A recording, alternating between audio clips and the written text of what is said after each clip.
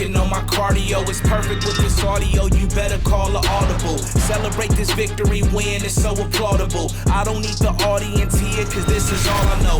Crossover, fade away, we living in a great time. Better get your weight up or get ate up at the baseline. This'll be the jump off. Started with a jump ball. Throw the alley-oop off to my crew, now that's a dunk ball. 2 points and 1, you about to foul out. Free throw all net, everybody wild out. I can let my game talk, you were just a loudmouth. We can get the ring with the whole team and then the crowd shout.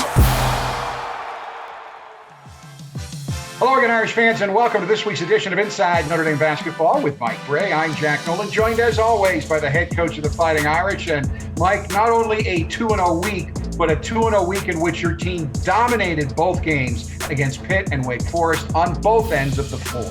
Well, we certainly needed a 2-0 week, Jack, and we're digging out of a hole, and we know the drill. This nucleus kind of had to dig out of an ACC hole in January last year. And I'm hoping we can do the same, and we're showing signs that we can do the same. Now, a lot of guys stepped up this week. Everybody played well, but who stood out the most to you? Well, I thought Juwan Durham was really good both games and more physical and more active, and we need that to continue through the month of February. I thought Prentice Hub really just locked in and was better defensively, which helped him on the offensive end and ran our team. And then of Cormac Ryan, I thought starting in the Pittsburgh game, I thought the light bulb is coming on the offensive end for him, keeping it simple, taking the first good look that he gets and not over dribbling. When we come back, we will take you to Pittsburgh for a look at Notre Dame's biggest ACC win points-wise since the 2016 season. You're watching Inside Notre Dame Basketball, presented by the experts at TireRack.com, the ultimate in contactless tire buying. It's time now for our game breakdown, brought to you by our friends at Meyer. You got off to a really good start at Pittsburgh with Nate Laszewski scoring 6 of your first 13 points. Pitt clamped down on him like every team does now after that, so Nate did the dirty work the rest of the way and finished with 7 points, 9 rebounds, 3 assists, and a block shot. You know, what I love about Nate is certainly he was scoring off the charts for us early.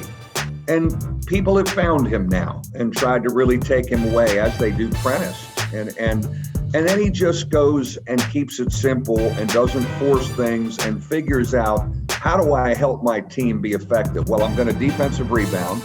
He's always been maybe our most unselfish defender, helping, talking, switching. He's been a great defensive rebounder for us. And he's been a guy who moves the ball. So I give him credit to be secure enough to, I'm going to do what I can do in the context of this. As long as my other guys are scoring the ball, I'm fine. Now, Pitt plays physical defense every game, and they knew your guys had struggled against some physical defenses in conference play. But on this night, your Irish responded well by moving the ball and attacking the basket. Yeah, I thought we were better. You know, we really understood we have to be stronger with the ball and not put the ball over our head. And after you move it a little bit and you've got a driving opportunity, drive the heck out of the ball. We did it a little bit in the second half of Virginia Tech. Certainly not enough to beat them. But I thought we recovered and understood and used it as a teaching moment and did it better for 40 minutes at Pittsburgh. Now, Pitt led 2019, 8 minutes into the game, when your guys took control with a 13-2 run that included 6 points from Juwan Durham, including 2 dunks. Durham had 10 points in the first half and finished with 14 points on 7 for 11 shooting.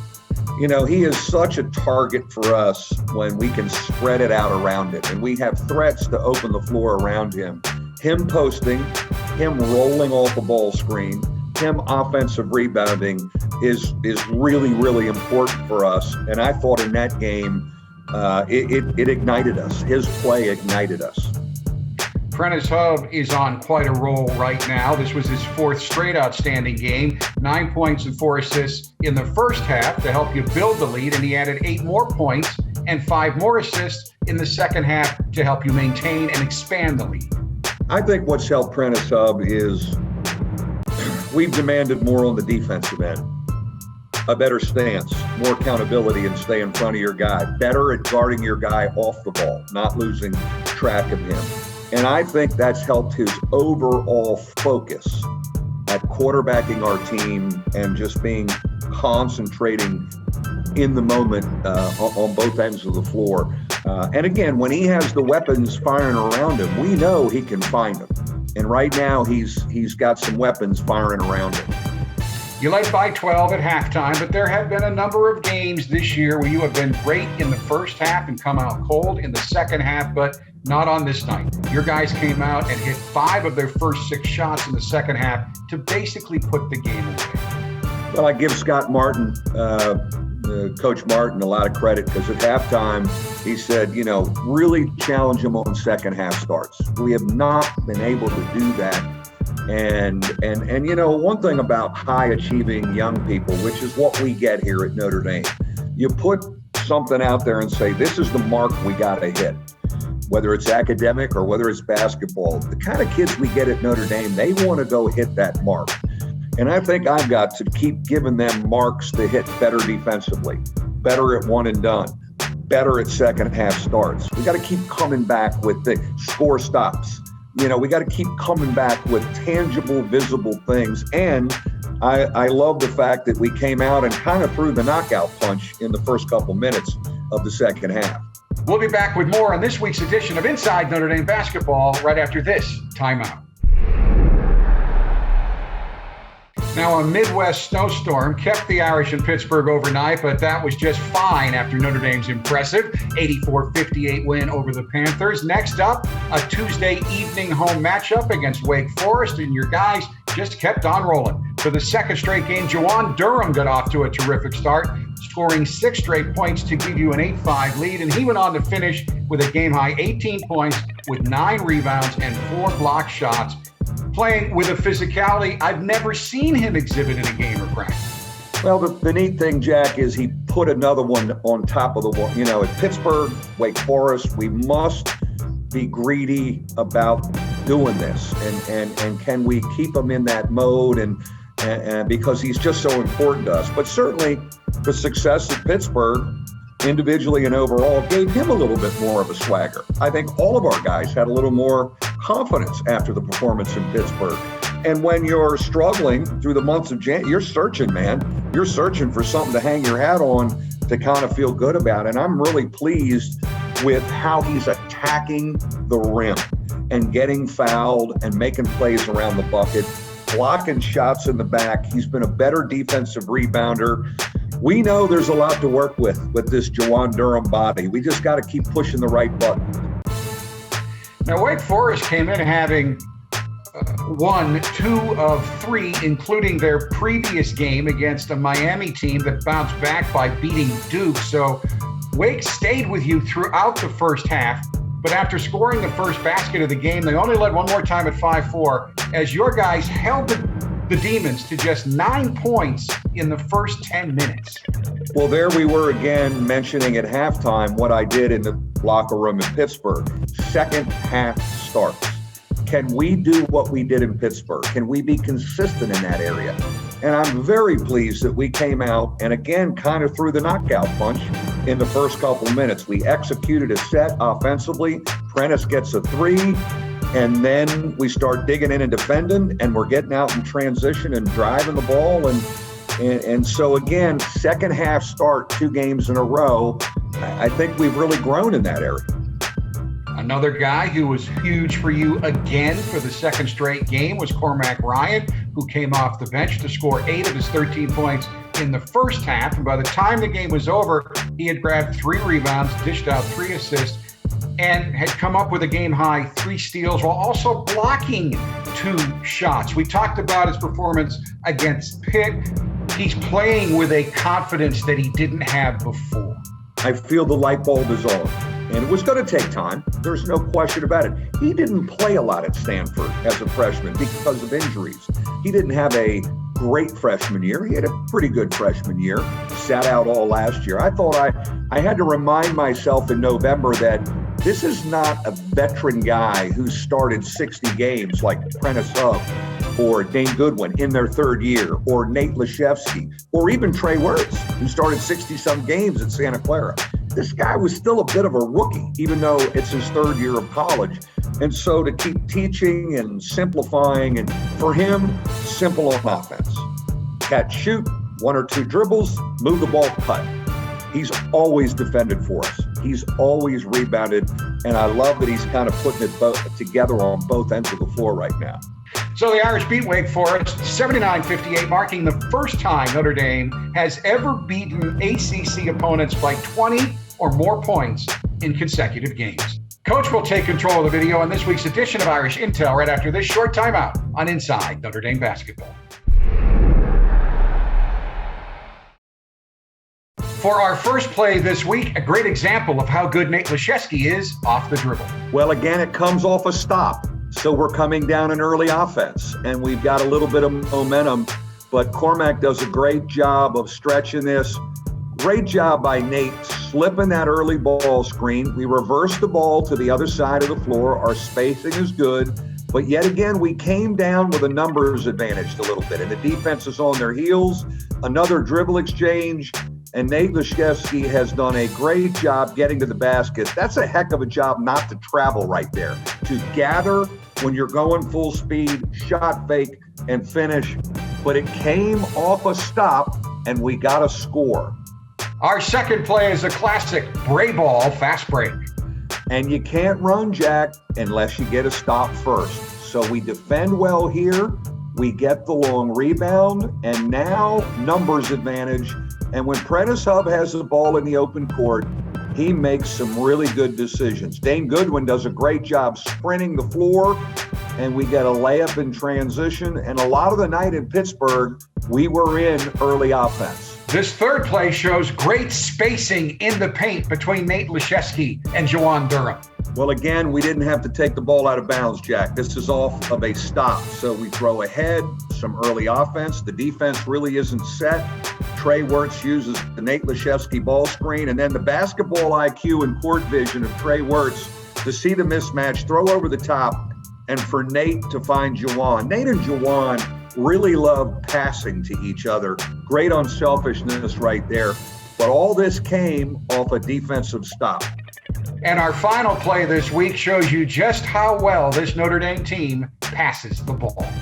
We say a lot, don't let the ball stick. In other words, stick in your hands and you hold it too long. And this is a possession where the ball does not stick. No one's over dribbling. We make the entry, boom, quick passes, right? We get some movement, reversal, quick. We've stirred the defense. And now because the ball didn't stick, we got the defense out of position. And amazing unselfishness again there with Prentice finding Cormac for the finish. We'll be back with more on this week's edition of Inside Notre Dame Basketball right after this timeout. Trey, it is my pleasure for the first time to welcome you to the Mike Bray Show. Thank you. Now, there was a lot of interest in your services. North Carolina, your dad says North Carolina, growing up in Charlotte, was your dream school. Virginia wanted you, Ohio State, Butler, just to name a few. Why did you pick Notre Dame? I think it was just the best of both worlds. I think academically, my parents have always stressed that, and it's hard to beat Notre Dame's education. And kind of basketball-wise, Coach Bray and Coach Hunt really got on me early, and kind of the style of play I felt best fit my game for sure. Now, follow up for me. You actually put together a spreadsheet comparing your final 11 schools. What was on the sheet and what ultimately put Notre Dame on top of the list? It was a mix of things. I think I had kind of like location, style of play, kind of relationship with the coaches, education. I guess, my dream is to play pro basketball in the NBA, so kind of the best kind of opportunity I felt that helped me get to that level and kind of play development. And Notre Dame was pretty much either one or two in all those categories, and that's when I really knew that was the place for me. Trey, what was your reaction when you found out you could play? We talked about it a bunch kind of leading up to it, but it was hard for me, just kind of like, it's kind of going back and forth over the fence. And then I found out like 4 hours or so before the Duke game. So it was definitely tough, but it was cool kind of just to know that like I'll be playing this year. Cause it was going to be hard to sit out, even though we had planned on it before. I knew it was going to be hard, but so it's definitely nice to get out there and play. Yeah, I think with Trey, one of the reasons the whole sit-out plan was, hey, you need to get older, your body needs to get stronger. Tony Rolinski, our practice facility, our resources. Well, to his credit, what is it, Trey, about 12? You've got about 12 on you, 14 on you. Yeah, about 10 pounds, 10 to 12. Yeah, 10 to 10, he's got 10 of muscle on. His body has really changed. So he really was able to close that gap starting from August 10th up. And he and Prentice Hub are living together. They were supposed to be in the dorm, but they're living together. And when you have two guards who play well off of each other, also as roommates, wouldn't you say, Trey? You guys go home and talk about chemistry and decisions on the court all the time, don't you? Yeah, I mean, I'm definitely still trying to learn and kind of get comfortable. I think me and his chemistry is probably the chemistry I got to build the most with any teammate, just because he has the ball a lot. So, but yeah, we definitely come home, we joke a lot, and we're really close. So it's definitely building. Trey, great job. Your personality jumps off my Zoom screen here. We are so happy that you are here, and look forward to calling your games the rest of the season. Thank you. Congrats on retirement. I think I've just seen that. So wow. Hope you enjoy That's that. really good. We'll be back with more on this week's edition of Inside Notre Dame Basketball right after this timeout. Well, Jack, I'm a little emotional today too, quite frankly.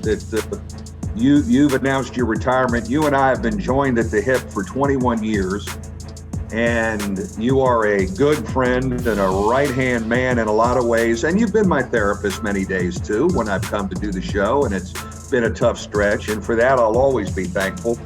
But I'm thrilled for you and Rhonda to get to the next phase of your life. I know you're moving down there toward Florida.